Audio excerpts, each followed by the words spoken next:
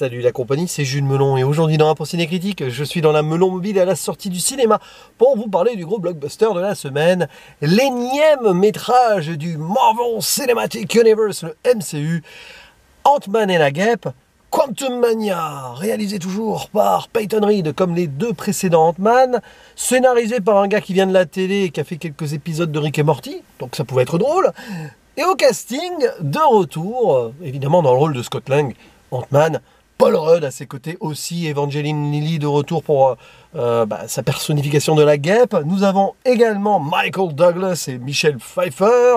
Une autre ancienne gloire du cinéma apparaît rapidement, à savoir Bill Murray.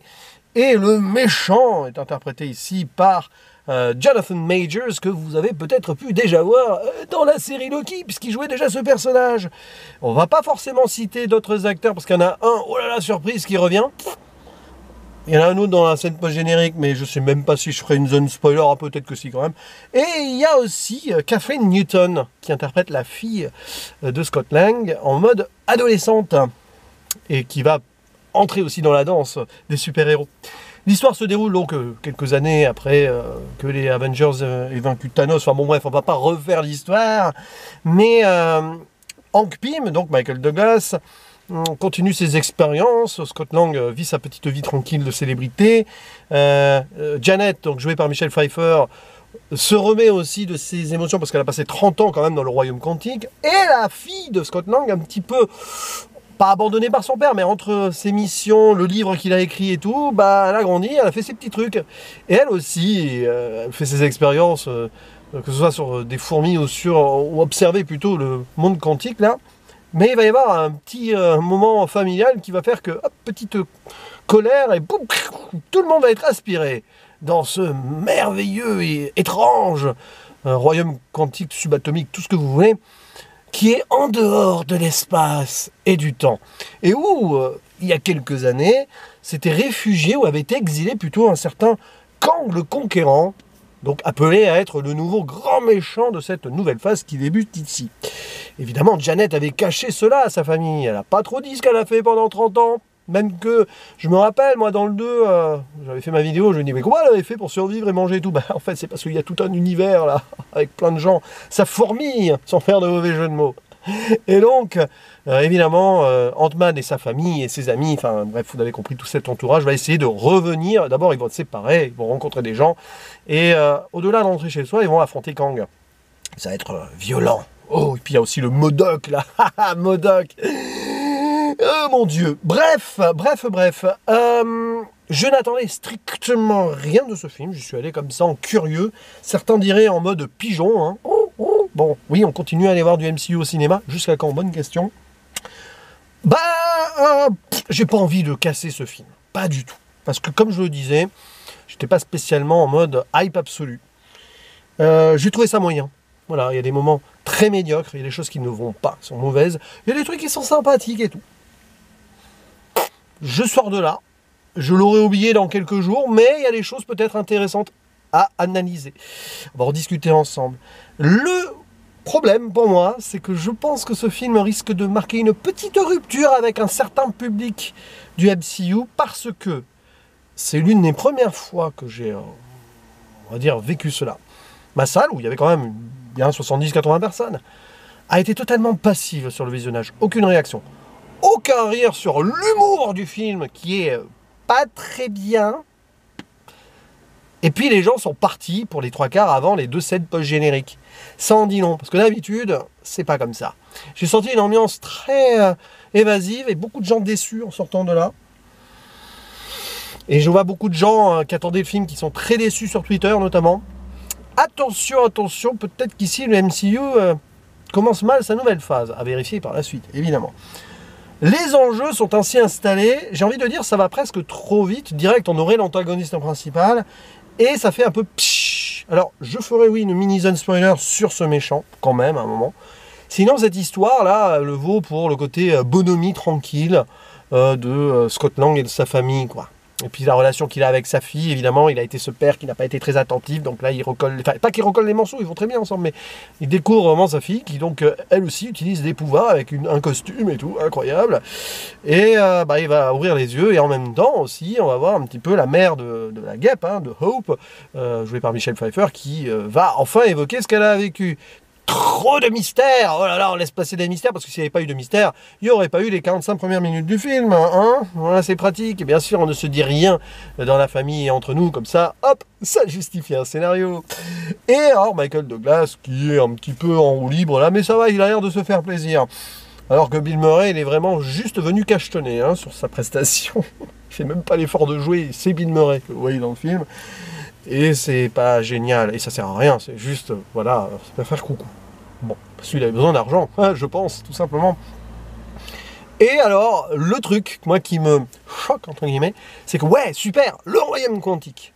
Bam, on nous le balance comme ça, comme les enjeux, paf, comme ça, pff, plein dans ta gueule, avec tout un univers très foisonnant.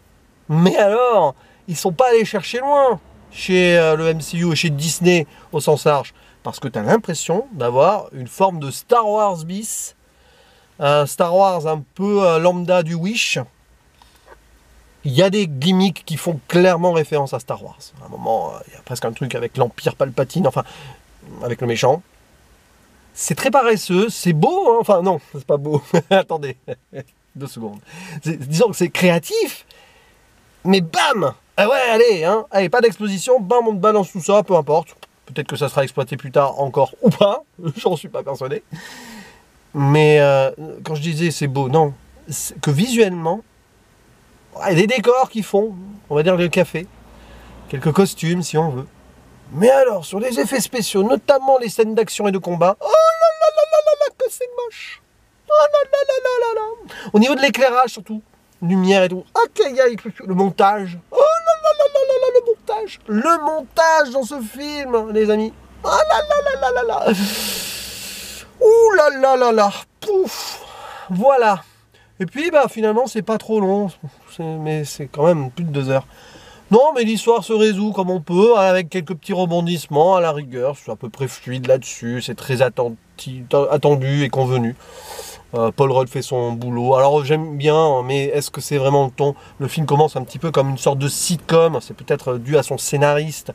Ouais, c'est un petit peu, des fois on dédramatise, on rend les trucs plus légers sur des moments très graves. Alors ça c'est très MCU aussi.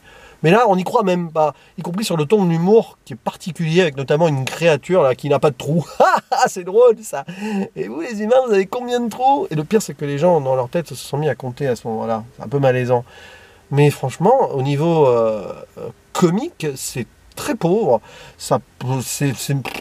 Voilà, et c'est pour ça que personne n'a déclenché le moindre rire. J'ai rien entendu, hein, ça, c'est pas bon signe. Vraiment, je me répète là-dessus, mais il y a quelque chose qui... Voilà. Et puis, bah oui, bah, le monde subatomique, oui, enfin, au royaume quantique, on en voit des choses, mais c'est un petit peu ta gueule, c'est magique quand même. Hein. Ah oui, c'est hors de l'espace et du temps. Hein. Donc, Kang le Conquérant, qui est soi-disant le maître du temps, d'une manière ou d'une autre, là, il est perdu. Oh là là. Bien sûr, il a été en relation avec Janet avant. Oh là là. Oui. Bah oui. Ouais. Bref. Mais après, voilà, révolution rebelle locale aussi. Ah oui, Star Wars, hein, évidemment. Une sorte de droïde organique aussi, hein, Star Wars.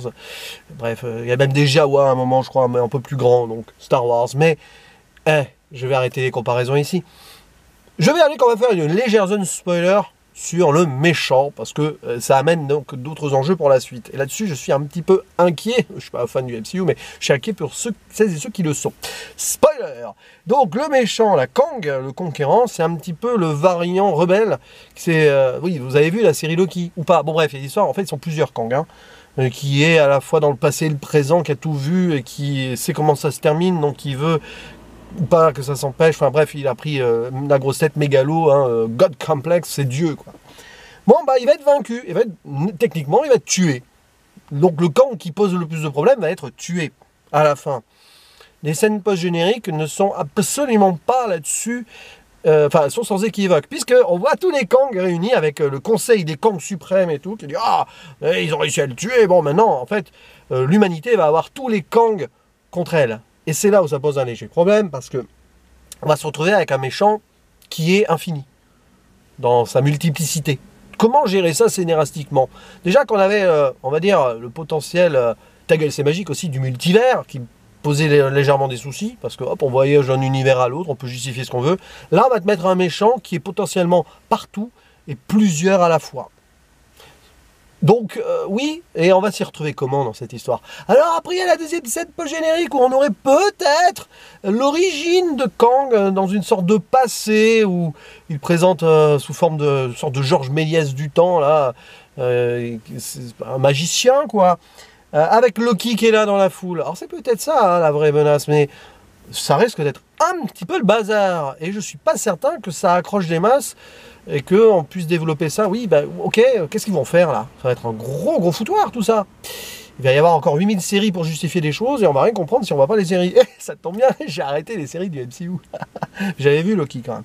Ah oui, sinon, autre chose drôle dans les spoilers, la MODOK, c'est en fait Darren Cross, l'antagoniste du premier Ant-Man que tout le monde avait oublié.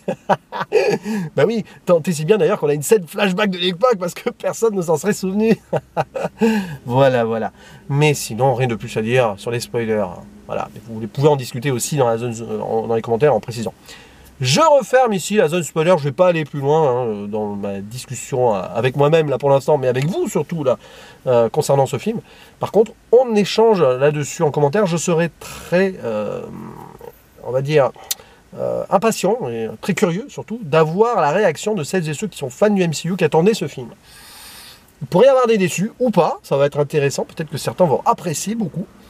Moi, j'avoue que là, je reste neutre. Hein. C'est moyen, avec des trucs qui vont pas, des trucs qui sont passables, mais voilà. Niveau créativité, c'est à la fois, ouais, mais frustrant et puis paresseux. J'en reviens à ce parallèle avec Star Wars, et pour moi, c'est sans équivoque. Et puis, bah, sur les effets spéciaux, ça s'arrange pas. En même temps, avec tout ce qu'il y avait à faire en peu de temps, là encore, les équipes techniques ont bien dû galérer, malheureusement. Ça, c'est une certitude. Ça a dû être rushé et retravaillé un petit peu dans leur dos. Enfin, je les plains, ces gens-là. Parce que là, forcément, il y aurait eu de quoi travailler cela pendant des années et des années. Parce que, hein, il y a des choses à montrer. Mais malheureusement, bah, à certains moments, on fait ce qu'on peut. Bref, à vous la parole. Il ne me reste plus qu'à vous dire à la prochaine. Ciao.